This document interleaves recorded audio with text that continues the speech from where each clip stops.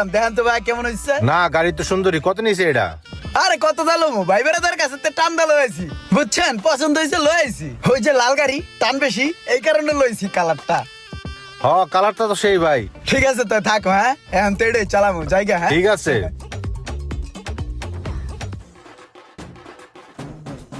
এই ম্যান খারাও, কই যাইতাছো? কি অবস্থা, ভালো আছো? হো ভাই রাখছে ভালোই আল্লাহ। তো গাড়ির কি অবস্থা, কাস্টমার পাইছো? ভাই গাড়ির তো মোটামুটি কাস্টমার অনেকগুলো দেখাইছি, বুঝেন নাই? অনেকেই দেখতেছে, আবার পেন্ডিং এও আছে, হয়ে যাবো যে কোনো সময়, বুঝেন নাই? আরে এখন রানিং এ দেখাইতে লেগে একজনে যাইতেছি, লাল গাড়ি তো চাহিদা বেশি, যে কোনো একজনই খাপ্পা দালো হলো, বুঝেন নাই? এটাও আর্জেন্টই দাও, হ্যাঁ আমার একটু টাকা পয়সা লাগবো।